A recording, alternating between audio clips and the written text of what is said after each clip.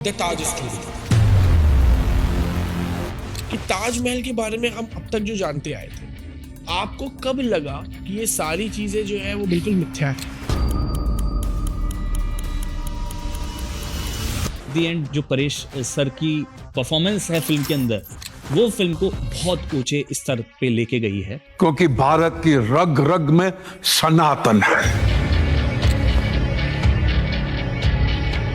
ताजमहल जो हमारे विश्व के 7 अजूबों में से एक माना गया है। ऑलरेडी वहाँ पे ताजमहल के पास एक ऐसी कॉलोनी है जिसको ताजगंज बोलते हैं। आज भी उन लोगों के एंसेस्टर्स वहाँ पर रहते हैं जिन्होंने ताजमहल में काम किया था। इस तथ्य को उन्होंने झुटलाया है कि कभी उनके हाथ काटे गए थे। कि ये जो फिल्म है वो हिंदू मुस्लिम सामुदायिक दंगे भड़काने के लिए फिल्म बनाई गई है। मुझे मुद्दा बहुत डिबेटेबल लगा। मैंने कहा इस पे डिबेटेबल फिल्म बन सकती है। बहुत से न्यूज पोर्टल ने, बहुत से ट्रोलर्स ने ये भी कहा कि यार तुषार ने एक व्हाट्सएप मैसेजेस को जोड़ के 165 मिनट की एक फिल्म बनाई। अगर व्हाट्सएप फॉरवर्डेड होते तो तुरंत बैन कर देते फिल्म को, वो सेंसर नहीं मिलता। कि मुझे ताजमहल के नीचे कमरों में एक मूर्ति दिखाई दी है, तो वहां से जवाब आता है कि shut the wall as well as your mouth.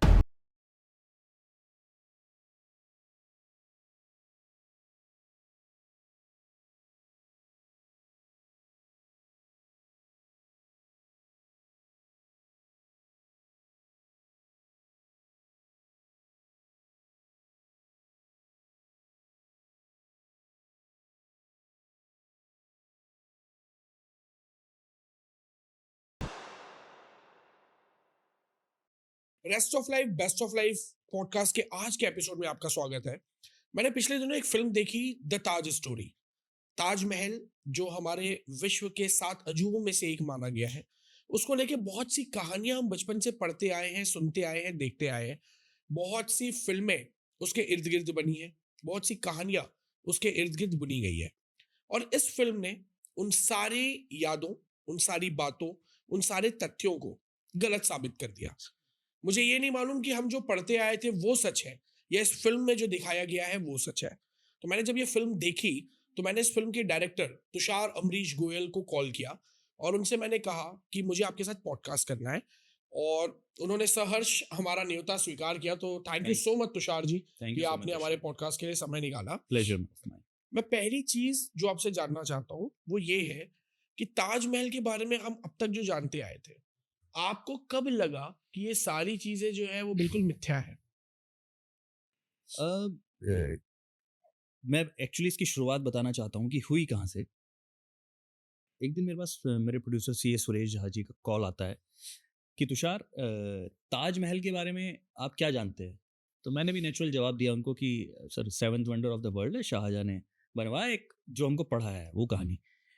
तो कह रहे नहीं, इसके पीछे भी कुछ है, मैं आपको कुछ लिंक्स भेजता हूँ। तो उन्होंने मुझे कुछ लिंक्स भेजे कि ताजमहल पे पिटिशंस फाइल की हुई है कुछ लोगों ने। तो वो पढ़ा मैंने। देन मैं आई कॉल्ड हिम कि मैंने कहा सर ये तो बहुत एक अलग मतलब कहानी बता रहे हैं ताजमहल की। तो उन्होंने बोला तुषार आप इस पर रिसर्च कीजिए, है ना, तो हम हो सकता है इस पर एक फिल्म बनाए। तो देन मैंने पूरे ताजमहल के आर्टिकल्स पढ़े, उन पर रिसर्च करना स्टार्ट किया बहुत ज़्यादा। और जब I deep dive into the research work, मैंने बहुत सारी किताबों का रेफरेंसेस लिया कि वो कहानी जानने के लिए कि आखिर ये अल्टरनेटिव हिस्ट्री जो ताजमहल की बता रहे हैं कि ये हिंदू महल था, कुछ लोग तेजो महल इसको बता रहे थे, वो उसमें कितनी सच्चाई है। तो वो आइडिया का जो फाउंडेशन है, जो सीड है, वो वहीं से ही हुआ। और जब मैंने वो पढ़ा तो वो मेरे लिए बहुत शॉकिंग था कि ताजमहल जो 7th wonder of the world है, उसकी भी एक अलग हिस्ट्री है जो हमको कभी पढ़ाई नहीं गई, और ये वो क्वेश्चनेबल हिस्ट्री है। So it was a very मतलब लाइक एक फैक्ट वहाँ पर ऑलरेडी बादशाह नामा में कोटेड है, शाहजहाँ के ऑफिशियल कोर्ट क्रॉनिकल में बादशाह नामा जो अब्दुल हामिद लाहौरी ने लिखा है कि ताजमहल पहले राजा मानसिंह का पैलेस था, जिसको शाहजहाँ ने उनके ग्रैंडसन राजा जयसिंह से लिया था अपनी बेगम मुमताज को दफनाने के लिए। ओहो।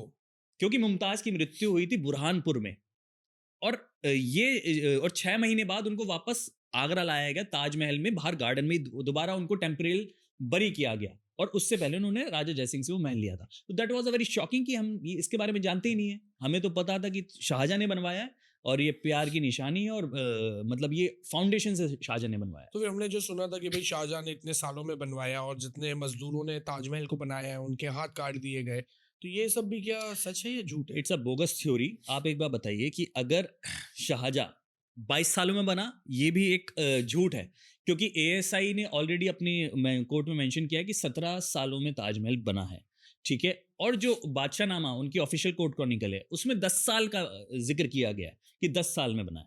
तो इतने शॉर्ट टाइम में ताजमहल को नहीं बनाया जा सकता। रेनोवेशन का काम बिल्कुल हो सकता है, क्योंकि ऑलरेडी वहां पर एक पहले से हवेली थी या महल था, उसको रेनोवेट किया गया।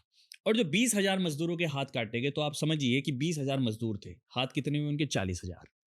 तो किसी एक मरे हुए का मकबरा बनाने के लिए, कब्र बनाने के लिए 40,000 आपने हाथ काट दी, 20,000 लोगों की अपनी जिंदगी खराब कर दी। और सबसे बड़ा जो झूठ ये है, आप समझिए अगर उनके हाथ काट दिए जाते, ताजमहल का जो रख रखाव का काम है, रेनोवेशन बाद में उसमें क्रैक्स पड़ सकते हैं, कुछ भी हो सकता है, वो कौन करता? आपने तो सब मजदूरों के हाथ काट दिए, फिर कहां से आप दूसरे 20,000 मजदूर लाते? तो ऑलरेडी वहां पे ताजमहल के पास एक ऐसी कॉलोनी है जिसको ताजगंज बोलते हैं। आज भी उन लोगों के एंसेस्टर्स वहां पर रहते हैं जिन्होंने ताजमहल में काम किया था।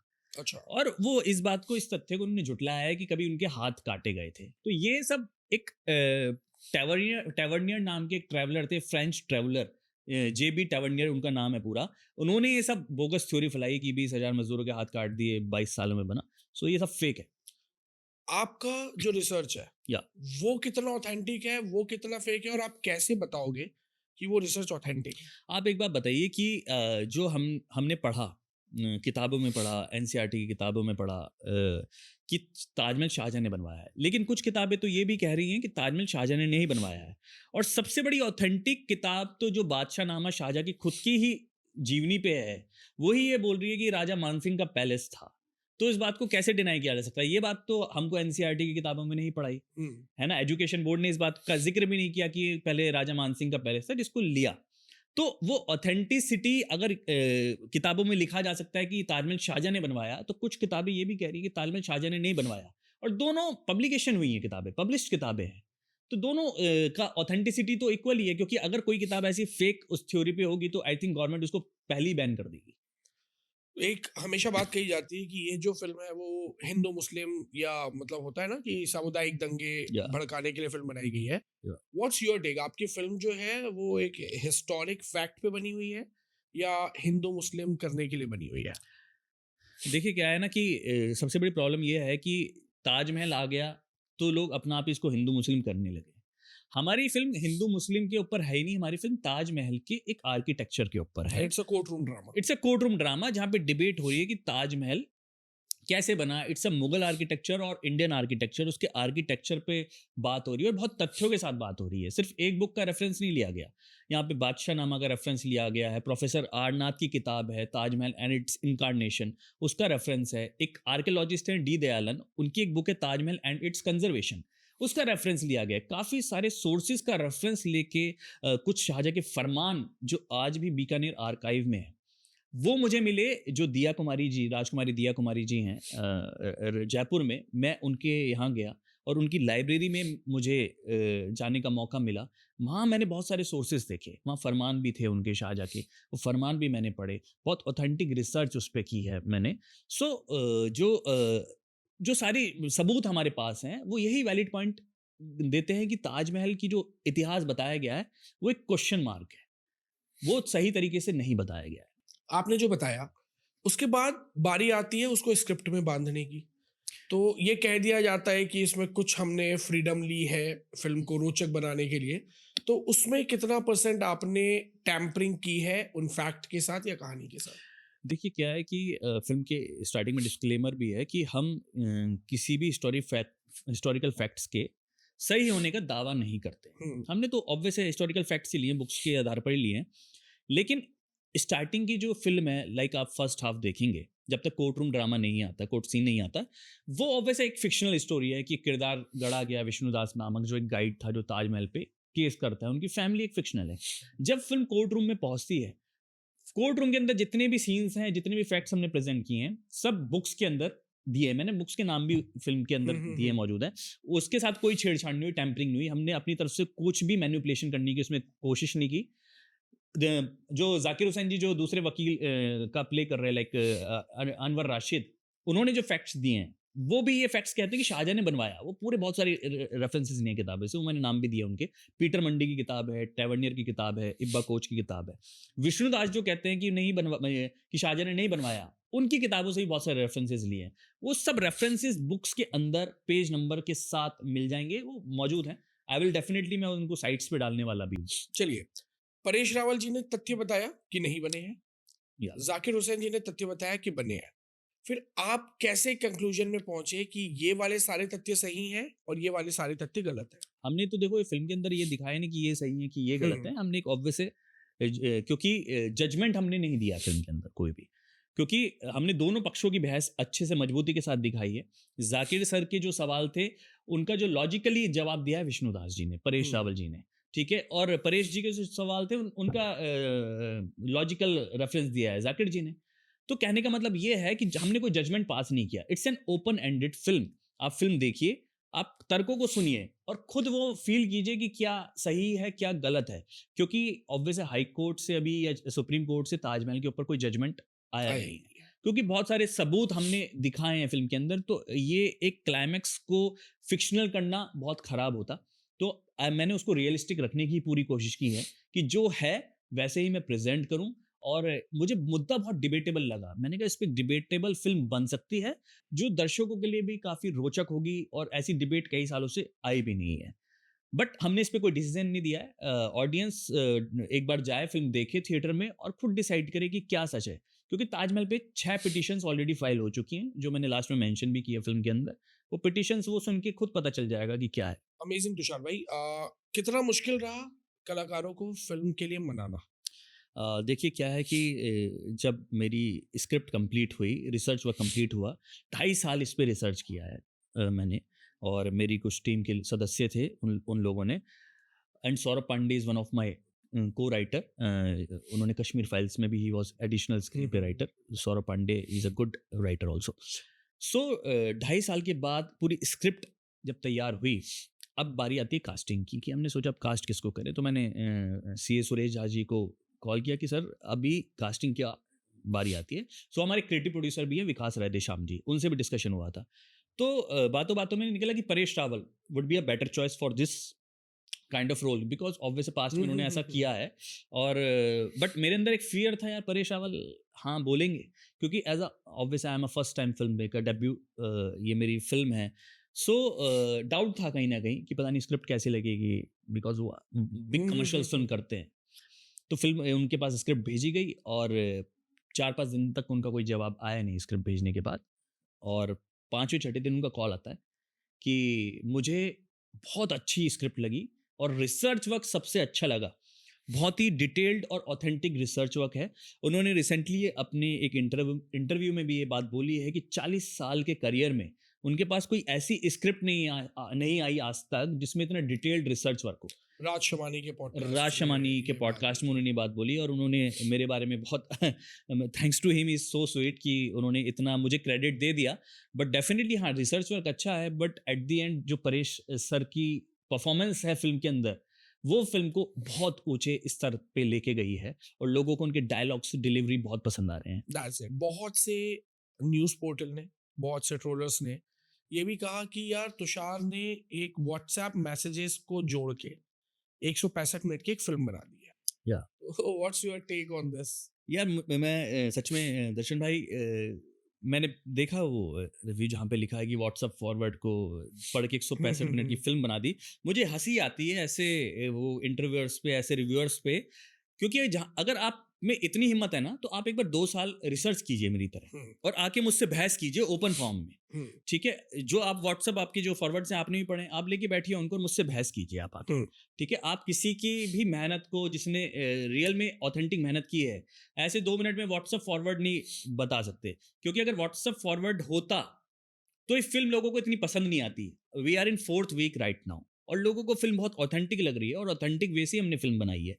तो मेरा कहना यह है कि जो ऐसी संकीर्ण सोच के जो रिव्यूअर्स हैं, पहले आप फिल्म को ढंग से देखिए और उसके पीछे कितनी मेहनत की गई है, और खुद भी वो मेहनत कीजिए। क्योंकि आपको तो एक दिन में वो आर्टिकल फिल्म देखी और एक दिन में आर्टिकल आपको छापना पड़ता है। तो व्हाट्सअप फॉरवर्ड मैसेज तो आप ही पढ़ के जाते हैं अपने रिव्यूज में। एज अ फिल्म मेकर हम ये सब नहीं करते, पूरा डिटेल्ड रिसर्च है। क्योंकि सेंसर बोर्ड ने सर मेरे से सारे मेरे डॉक्यूमेंट्स, जितनी रिसर्च वर्क थी, सेंसर बोर्ड ने मंगाए। उन्होंने अपने हिस्टोरियन से, अपने जितने भी उनके एक्सपर्ट्स हैं, उनको रिसर्च मटेरियल दिया है, उनसे वेरीफाई किए हैं। तो सेंसर ने अपनी कैची चलाई या नहीं चलाई? कैची चलाई 6 महीने तक उन्होंने फिल्म को रोके रखा। 6 अच्छा। महीने तक उन्होंने सेंसर सर्टिफिकेट नहीं दिया था हमको। ओके। एग्जामिन कमेटी में गई, रिवाइजिंग कमेटी में गई, उन्होंने अपने सोर्सेज से चेक कराया, वेरीफाई कराया मेरे सारे जो भी डॉक्यूमेंट्स थे। अगर व्हाट्सएप फॉरवर्डेड होते तो तुरंत बैन कर देते फिल्म को, सेंसर नहीं मिलता। फिर सेंसर ने कितनी कैची चलाई? तो सेंसर ने लाइक कुछ 11-12 कट्स दिए थे फिल्म के अंदर, जिसमें कुछ डायलॉग्स म्यूट करने के लिए उन्होंने बोला, और 2 मेजर कट उन्होंने दिए। एक कट था कि मैं फिल्म के अंदर ताजमहल के नीचे कुछ आर्कियोलॉजिस्ट जाते हैं और देखते हैं कि दीवार, ताजमहल के नीचे जो कमरा है उसके उस पार दीवार के अंदर कुछ उनको दिखाई देता है, एक होल के अंदर से। वो वहाँ पर एक मैंने मेंशन भी किया फिल्म के अंदर, अष्टवासु की मूर्ति। अष्टवासु मतलब लाइक हिंदू गॉड्स जो अग्नि, वायु, हाँ हाँ हाँ। तो उनकी मूर्ति उनको दिखाई देती है। वो मूर्ति मैंने शो की थी फिल्म के अंदर, वो उन्होंने वो मूर्ति का शॉट हटवा दिया। क्या रीजन देखिए? रीजन देखिए कि आप दिखा नहीं सकते, जबकि मैंने बोला कि ये तो किताब में लिखा है, एक किताब है Taj Mahal and it's alternative history, Stephen Knapp ने वो किताब लिखी है। उसके अंदर मेंशन है कि एस.आर. राव जो आर्कियोलॉजिस्ट थे 1959 में, जब अपनी टीम के साथ ताजमहल का कंजर्वेशन के लिए काम करने गए, तो उनको वहाँ वो मूर्ति दिखाई दी। जब उन्होंने कुछ ब्रिक्स वगैरह वहाँ से निकाली, पॉप्ड आउट हुई, तो वो एक अष्टवासु की मूर्ति वहाँ दिखाई दी। वो फैक्ट है वहाँ पर। तो मैंने वो वैसे ही शूट किया, तो उसको दिखाया, तो उन्होंने वो मूर्ति का शॉर्टकट करवा दिया। उन्होंने बोला आप बस सिर्फ वॉइस ओवर में वो बोल सकते हैं। और दूसरा, एक ऑथराइज्ड पर्सन, मतलब उस बुक में मेंशन है कि जब ये बात उन्होंने एस.आर. राव ने लाइक एक ऑथराइज्ड पर्सन से की कि मुझे ताजमहल के नीचे कमरों में एक मूर्ति दिखाई दी है, तो वहाँ से जवाब आता है कि shut the wall as well as your mouth. और वो ऑथराइज्ड पर्सन का मैं मतलब फिल्म के अंदर तो मैंने नाम नहीं लिया है, बट उस किताब में मेंशन है कि उस टाइम के एजुकेशन मिनिस्टर थे अबुल कलाम आज़ाद। उन्होंने ये बात कही जवाहरलाल नेहरू जी से, Pandit Jawaharlal Nehru obviously prime minister थे। तो ये सुनने में आया कि वहां से जवाब आया नेहरू जी की तरफ से कि shut the wall as well as your mouth. ये बुक के अंदर रिटर्न है, मैं इसकी मतलब वेरीफाई नहीं कर रहा हूँ कि वो फैक्ट है, तो इसलिए कि मैंने फिल्म के अंदर भी उनका नाम नहीं लिया है, बिकॉज ऑब्वियस एक ऑथेंटिक सोर्स से जाना पड़ता है। बट उस टाइम के 1959 के जो एजुकेशन मिनिस्टर थे अबुल कलाम आज़ाद और प्राइम मिनिस्टर जवाहरलाल नेहरू, उनको ये बात रेफर हुई और उन्होंने बोला shut the wall S R. Rao को and as well your mouth. Okay. तो वो मूर्ति का शॉट हटाया और फिर फाइनल मेरा क्लाइमेक्स में उन्होंने कुछ ऑल्ट्रेशंस किए हैं। Climax was bit different, but हाँ बैलेंस्ड क्लाइमेक्स ही था, बट बिट डिफरेंट। तो उन्होंने क्लाइमेक्स में मेरे 4 मिनट का क्लाइमेक्स चॉप कराया। एक कैलाश खेर जी का सॉन्ग था, एंड क्रेडिट में चलता है, तो उन्होंने वो सॉन्ग भी कट करवाया। यूट्यूब पे है वो सॉन्ग, धम धड़ाक कैलाश खेर जी ने गाया, यूट्यूब पे वो सॉन्ग है ऑलरेडी। वो सॉन्ग पूरा हटवा दिया उन्होंने 4-6 मिनट का। एंड क्लाइमेक्स वो ऐसा था पहले कि लाइक सब जजमेंट जब वो पास कर रहे होते हैं तो जजेस बोलते हैं कि एंड में कि ताजमहल की कार्बन डेटिंग होनी चाहिए। सारे सबूतों को मद्देनजर रखते हुए कोर्ट इस फैसले पहुंची कि ताजमहल के इतिहास पे एक सवाल खड़े होते हैं, इसकी ताजमहल की कार्बन डेटिंग होनी चाहिए। फिर मेरे जो करेक्टर हैं विष्णुदास, वो कोर्ट के बाहर निकलते हैं, सेलिब्रेशन हो रहा है।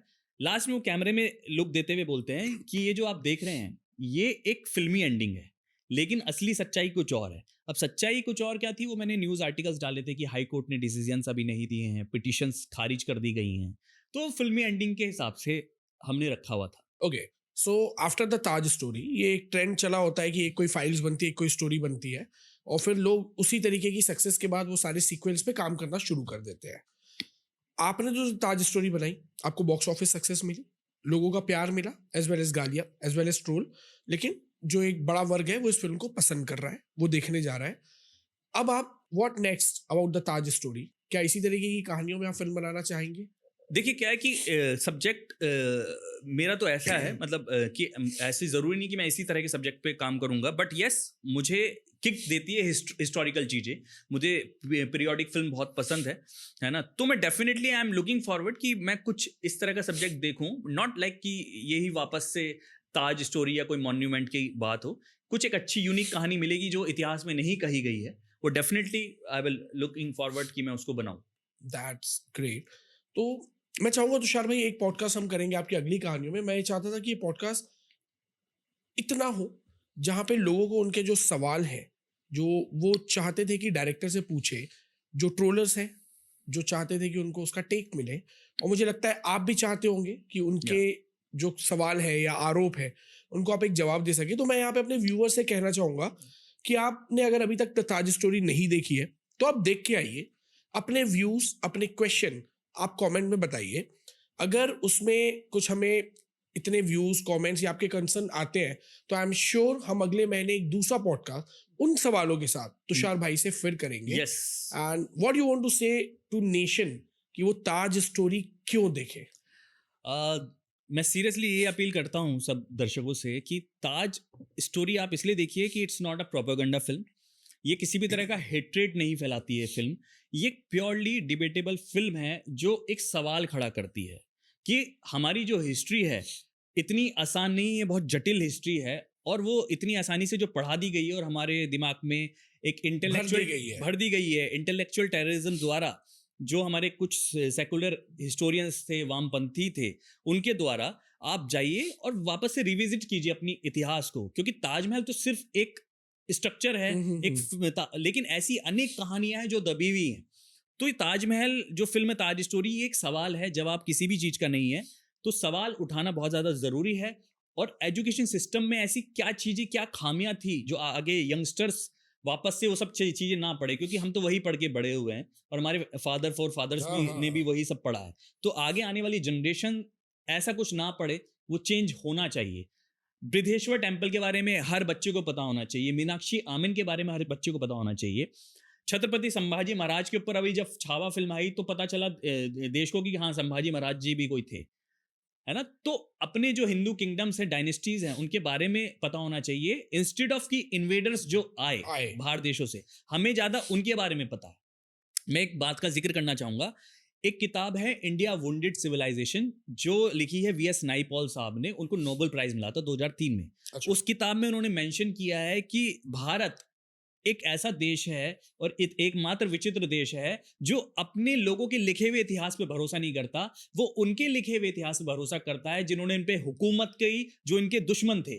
तो आज भी हम ब्रिटिशर्स के लिखे हुए इतिहास पे या जो वो लोग लिखवा के गए उनके इतिहास पे बिलीव करते हैं। हमारा देश ही ये ऐसा है। बाकी सारी कंट्रीज अपने लोगों के लिखे इतिहास पे भरोसा करती है। तो ये बहुत ही वैसी बात है। हमको समझना चाहिए ये चीज और सुधार आना चाहिए इसमें। इसलिए ताज स्टोरी एक सवाल है और आप जाके देखिए, ये फिल्म बहुत ज्यादा जरूरी है। क्या बात है। तो आई जस्ट विश, आपको बहुत बहुत बधाई, शुभकामनाएं कि एक बोल्ड कदम उठाने के लिए। और आपका क्या टेक है इस फिल्म के बारे में, देख के जरूर बताएं। Thank you so much Tushar, and I really wish all the very best for your future projects, and let's make the rest of life best of life. Yes, thank you.